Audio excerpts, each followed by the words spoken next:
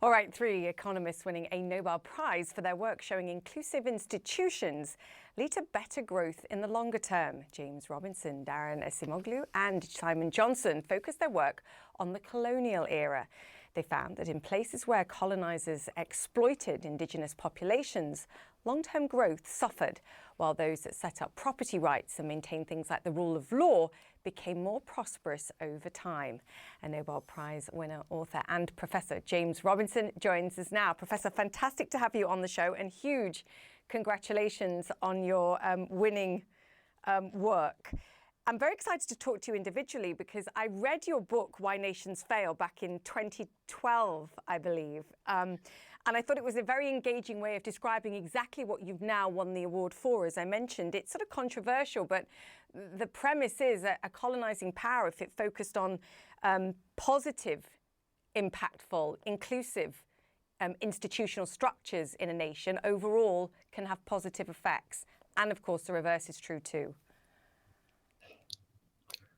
That's right, but that the fact that what our work shows is that colonialism has shaped the modern income distribution of the world in profound ways. I'm not sure I would emphasize anything good. It's true, of course, that colonialism created very prosperous societies in eventually in North America, for example. But it did so at the expense of the expropriation of indigenous people and a long, deep history of slavery. So it's a complicated picture, and we emphasize, really the difference in the United States was the initial circumstances at the time of colonization meant that the type of colonization that you saw in Latin America, for example, couldn't really work in North America, and that's why a different type of society appeared. Yeah, and I think your point is a very valid one. And actually, I was sort of going to follow up with that, with the reversive, that if it can be very extractive, and if you go there and you squeeze resources, that the sort of the strongest takeaway from this should be we need to build strong institutions. You need property rights. You need the rules of law. And then you lay the pathwork to be able to build better, at least inclusive growth than perhaps otherwise might have been created, whatever the situation was that created it in the first place. Yeah, I think that's right. I think, in any, modern prosperous society with inclusive institutions, that's the outcome of a long struggle to change, the way things work in society. My own country, Britain, same thing. Britain benefited, after all, from the slave trade.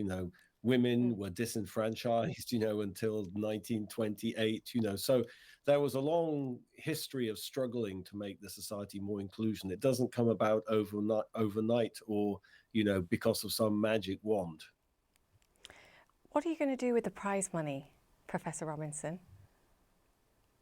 I don't know. I haven't really thought about it, actually. I don't think that's the important bit. I think, what's rewarding is, we've been working together for close to 30 years now, the three of us, on the projects and the research. And, we're getting a bit older in the tooth, but we're still very excited about doing research. And we have a lot of ideas and projects. And so I just hope that I can carry on, doing the same thing, and we can inspire other people to kind of work on these topics. And there's so many things we don't understand. And, so I think for me, that's the big plus, is just the recognition of the research, and hope that it'll encourage other people to, build on what we've done.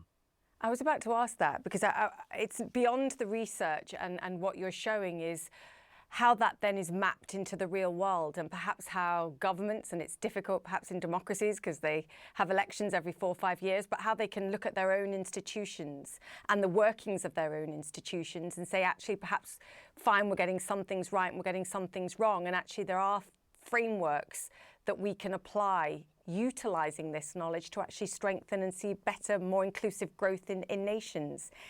Can you see that? And do you see great examples, or better examples perhaps than others around the world? I remember very, go on. No, please. I was just going to ask you about China, because you had very strong views on why nations fail and what the outlook for China was, sort of 13 years ago. And it's, China's still there.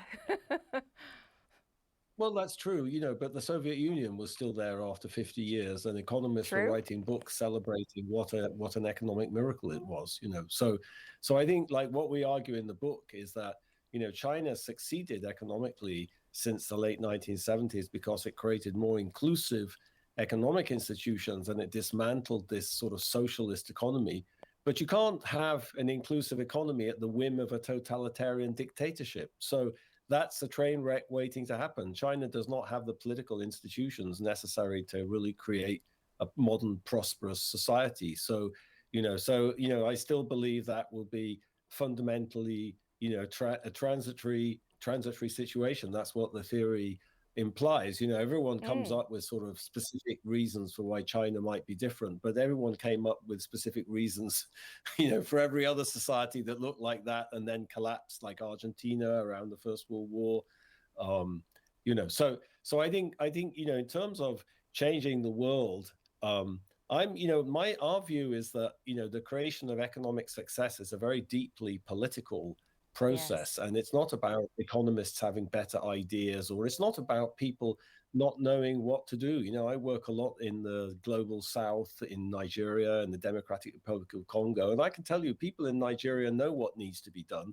They just can't do it. So I think for me, the role of ideas, and theories and evidence like this is trying to help people kind of get an interpretation, a better interpretation of what the problem in their country is, and maybe find common axes to cooperate and organize to change things. Ultimately, that's, how think about the civil rights movement in the United States. How Mm. did a lot of barriers, to inclusion how were they dismantled in the 1950s and the 1960s in the south of the United States? That was collective action by the people who suffered under those institutions. And, that's for me is the bigger picture of how change happens.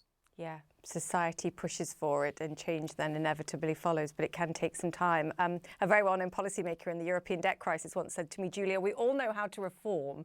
We just don't know how to reform and get re-elected. And I walked away thinking, yep, that's a fair point. A fair point. Professor, great to chat to you. Professor James Robinson said, congratulations once again. Thank you so much for your time. My pleasure.